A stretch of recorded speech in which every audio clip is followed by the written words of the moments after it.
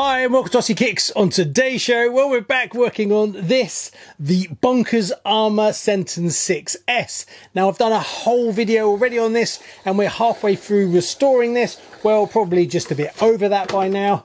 And it turned into a bit of a money pit. But we got this far. I managed to do a whole chassis swap, load of new side plates, all the rear has all been redone, new diffs, and the front was all restored and put back together again. New wheels, new tyres, new arms. Yep, I basically threw the kitchen sink at this. But there was a load of parts that I was waiting on that didn't arrive in time. And finally, they've all turned up and I've been scavenging other parts. Yeah, some of them coming all the way from America. But we've got enough now to hopefully call this one done. So in this video, the plan is we're going to go over all the bits that I've spent my money on, and then we're going to fit them and then call this one fully restored. Okay, so let's go over all the parts I've managed to scavenge since the last video. Now, the first thing I was having issues with is the steering pins on the old chassis. Now, the problem I had is they are welded on. I mean, like properly. There's no chance of getting them off, and I've rounded off the screws as well. But I managed to find online a full steering set. And it comes with those pins as well, so I managed to get that, so I was really happy. It means I could not only get those pins, but it means all the steering is going to be brand new as well. While I was at that, I also found that they were selling a set of brand new arms, so I've got the arms as well. Two of them have already been fitted, as in when I restored the rear, so I've got to replace them with these brand new ones. So I've got those. Also, I had these ones as well. These came with it, so I'm not sure these are aftermarket or what anyway, so I don't need to necessarily use them, but I've got them anyway. But I think the black ones are the stock ones. Then I've got all the drive shafts. When I actually got this car, it had a support on the back that was aftermarket as well as the front. The back one was a hot racing one, which looked really nice, and the front one was from somewhere else. Well, I managed to find the front hot racing one to match, as I really like the way that they did it. This came all the way from America. So now I've got, yes, they're upgraded parts, but they're going to match, so they're going to look really nice. And I like the style that they went with that, so I've got that. A part I was waiting for quite a long time is this, a brand new centre diff. The original centre diff is very rusty and actually got some damage to it, as well as the housing is scored and damaged. So I really wanted to put a new centre diff in it, which I now have, thankfully. The next thing that I actually managed to find, this is still part of the steering, some brand new bits that I already had, which will go with the steering that I've got up there. So I should be able to replace all the steering in the car to being brand new. Another part I was waiting on is this part, which is the top support, this bit that goes inside the car and supports the roof of the new body. This one is not too bad. It's got a few scuffs on it, but being that I'm restored so much of it to brand new, I thought it would be nice to have a brand new one. So I managed to get that as well, so that when you take the body off, it just looks absolutely mint inside. Another part that I've been waiting on for a while is the whole battery and receiver box. This, I actually bought the wrong one, then realized and then bought the new one, but obviously I had to wait for this one to come. This is quite a nice part to replace, as the battery housing that was in it is all worn out, as well as all the straps had gone a bit manky. So replacing that is going to make a big difference to the quality of it. Also, I've got to clean up things like the motor and the electronic speed controller. That all needs to be cleaned before fitting it back in the car. One bit that you guys really helped with, I managed to get hold of this, which is the original transmitter, but it didn't come with the receiver for it. So I couldn't find one online, and I asked if anyone had some, and I've actually, two of you actually managed to find them and sent them to me. So a massive thanks, you know who you are. So I have two of these, just in case one doesn't bind properly or doesn't work. So I can now use the correct electronics in this car. Not only that, I was gifted this and a pretty much brand new version. So the plan is to restore the car with the original electronics, receiver, transmitter.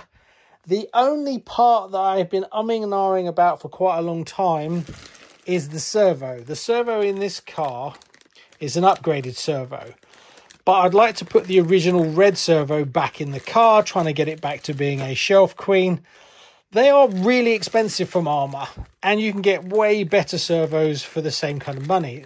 So I'm looking at sort of £55 to put a new servo in this, and that's quite expensive. But to get it back to stock, I'm kind of on the fence on it, but it's something I can change down the line if I want to as well. I did see there was a second-hand one on eBay, but second-hand servos, and the person wants to sell it for reasonable money. So I'm kind of tempted just to wait or not change it and just live with the one that's already in it. I don't know. We'll have to see. Probably once I've put all this in and we've got it all looking spiffy, I'll probably go, yeah, that's annoying me, and replace it anyway. As well as we have the rear spoiler to fit to the brand new body that I've got, as well as the pins that need to be attached to the body, which I tried and were a nightmare to get them to go through that hole. So I'll have to try that again. Anyway, that covers all the extra bits and pieces. So let's open it all up, fit it to the car, and get this one ticked off. As the Senton 6S is discontinued, you can't just get every part you ever wanted, but luckily it shares a lot with the Typhoon 6S, which is still available. So some of the parts will work and some of them won't. Now this steering seems to have come from a Typhoon, as the red sort of drum that you can see me working with wasn't exactly the same as the one that I got in the pack. Everything else seemed to work, but not that. But luckily I had that part brand new, so I just swapped it out and it worked. As you can see, they're actually different. Not sure why they changed it, but there we go. Now you could argue it was kind of silly to put the kit bridge back in, the red part there, versus the much thicker upgraded one that I've got. But being that this is a shelf queen and a restoration project, it's not going to have a hard life. Well, not why I own it. And if I do get one that I'm going to run, I'm better off putting those kind of parts in that car, because obviously it's going to be stronger. Happy to report that the upgraded TLR chassis works perfectly on a Senton. You have no issues and you don't have to modify it at all. Fitting the steering, like I did here, was a little bit difficult, as you've got to take out the top arms to make enough room to drop the whole bridge in. I made it look a little bit easier than it was, but you've got to disconnect the top arms, move them out of the way, then you can get the steering in. So one downside to fitting brand new turnbuckles is you've got to adjust them all to make them correct. So obviously off camera I set the camber, the toe in and the toe out back to being kind of neutral, apart from I have the bit of toe out on the steering. Just like that, that's all the steering finished, so we can turn our attentions to fitting the front brace. You can't fit that before you finish the steering for obvious reasons. It just gets in the way and you'll be taking it off again. Now it does feel like when you fit this, there's no way that the prop shaft is going to clear it. But believe it or not, they do. Not sure how. I think the rear one has a notch cut out of it, and the front one is just marginally offset just enough to clear the prop shaft. Right, now we've done that, we can fit the new battery tray. Comes in loads of bits and pieces, but luckily I had the original one, so I could just copy how to put all the actual straps in correctly. Very easy to connect to the chassis, just bolts up from underneath. Same as the servo and same as the ESC, it just screws straight in, nice and easy, doesn't take very long at all. Then we can turn our attentions to fitting the very expensive new center diff. I did and ah about not changing this one, but I thought, well, being that it's a bit rusty, I might as well, and being that the housing is damaged slightly, I'll just spend the money. I put some green slime on the gaskets as well as the rubber rings, just to make sure that the oil doesn't perish them over time, to protect them slightly. The gasket that sits all the way around, I gave it a good smear of green slime as well, as hopefully that's going to stop it leaking and make it last a little bit longer. Line everything up, 4 screws, and it's pretty much done. I put 12,000 oil in this one, and that was a recommendation online. Now when you're running this kind of power, you've got to get your mesh right, and looking at how much trouble I had to get it nice and smooth, really I need to replace the pinion. Having a brand new center diff, but still didn't feel that great. I played around with it for quite a while until I got it to flow as smoothly as I could, but I think I'll order a replacement pinion. It'd be very easy to swap it out. Putting in the center diff and the whole motor mechanism is only 4 screws, so it's very quick to pull it out and put it into the car. And overall, working on this is a real pleasure. Now, it does have 1/8 scale running gear crammed into a 1/10, but there's still plenty of room to work on everything, and nothing is super frustrating. Or by the way, when you fit the support that you just saw me fit there, make sure you put it the right way around. Believe it or not, it's not central. There is one side slightly wider than the other, so check your orientation before you fit it. Otherwise, you'll be removing it and fitting it again, just like I did.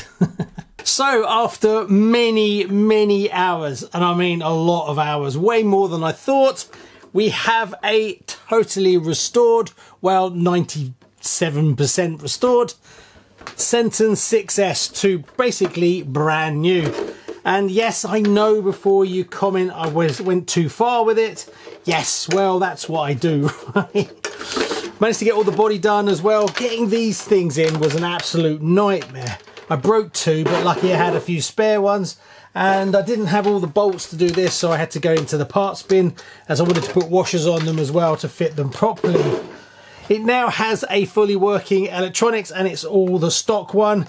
The only thing, like I said in the video, is the servo. But do I spend the 60 odd pound swapping out a servo for what might be slightly worse? Well, maybe I'll do it off camera later on when I've got a bit more money than I have right now. But there you go. It all came out absolutely beautiful. Slight upgrade with the chassis, but pretty much everything has been replaced, cleaned, and it's fully working. The problem is now I've made it so nice that this is a shelf queen. I now need to buy a new one. Well, a used one. I'm tempted to go with a 6S Typhoon, and I've got enough bits and pieces left over that I might be able to convert it into another Senton 6S, as I have a whole new body. I've got tons of arms and all bits and pieces that are all used, but in good condition. So maybe I'll do that, as I really do enjoy this, and it has become my favourite Arrma to have. It's just that being that it was discontinued, I wanted to have a really nice one, and now I've got to find another wrecked one. Anyway, who says logic plays any part in my content? Thanks very much. Please like and subscribe. See you on the next one. Bye bye.